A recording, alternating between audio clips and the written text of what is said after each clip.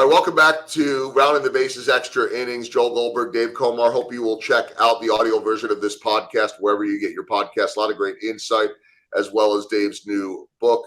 I want to start with this. Of all of your years of military service, so kind of a fun one, where was the best place that you ended up living? Probably Germany. I enjoyed the mission there. This was pre-wall coming down. This was Cold War. It was a very intense time of learning my profession and honing my skills. But we had some off time as well. It was great touring around Germany. And best of all, I met my wife in Germany. All right. So that'll lead me to question number 2. A guy that grew up out east like you finds his way to the Midwest. I can't tell you how many people end up in this area that maybe at some point were at Leavenworth. Sometimes that's the pull, sometimes it's not.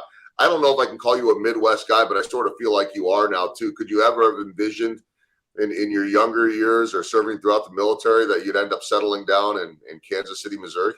Well, no, probably not. But the first thing you mentioned, that's why we're here, is I was stationed at Fort Leavenworth, and my wife and I, we just loved the area. So we decided shortly after that, this is where we're going to settle down. But, I grew up in central New York State in the Finger Lakes area. And there's a lot of people that will say the Midwest is really everything west of the Appalachians and east of the Rockies. And I think that's fairly accurate. So I'm probably really a lifelong Midwesterner. All right, fair enough. Third question as we round the bases. Tell me a little bit about your time. I asked you your favorite place being Germany. You didn't suggest Afghanistan, but there are certain, and I don't mean to say that in a demeaning way, but we always hear as civilians just about how challenging it could be in places like that, not to mention dangerous. How challenging was it going to places like that around the world? Yeah, they beyond the safety issue, the danger issue, the challenge is always the culture. The language is certainly part of that, but you can communicate through translators or interpreters. But it's still understanding the culture and understanding, what's important in general to people in that culture, what's less important. I think that's usually the hardest piece, is being able to understand what's important in their culture, so that you can really communicate and you're not setting up any more barriers than are necessary.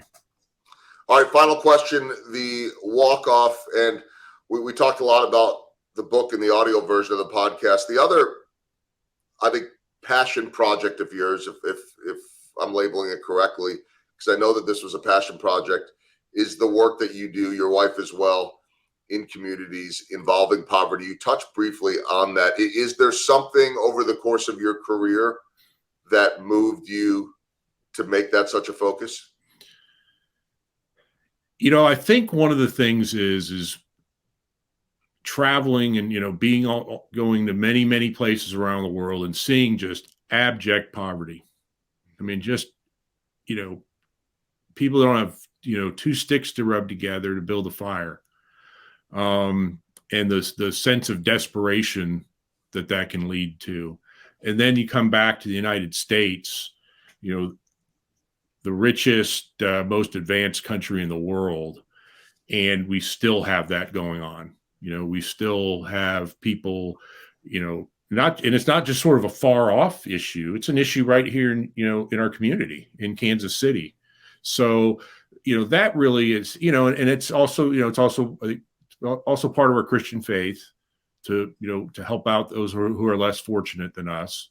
So I think probably those 2 things combined is really what drives that in both myself and my wife.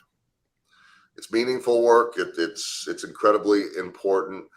Again, I hope everybody will check out the audio version of our podcast, and you can learn more about Dave's new book, his work with EDA Inc., his work with CEOs, his background serving our country for all of those years. Retired Brigadier General Dave Komar, who I can also call my friend. Dave, thanks again for spending time. Well, thank you, Joel. I appreciate it.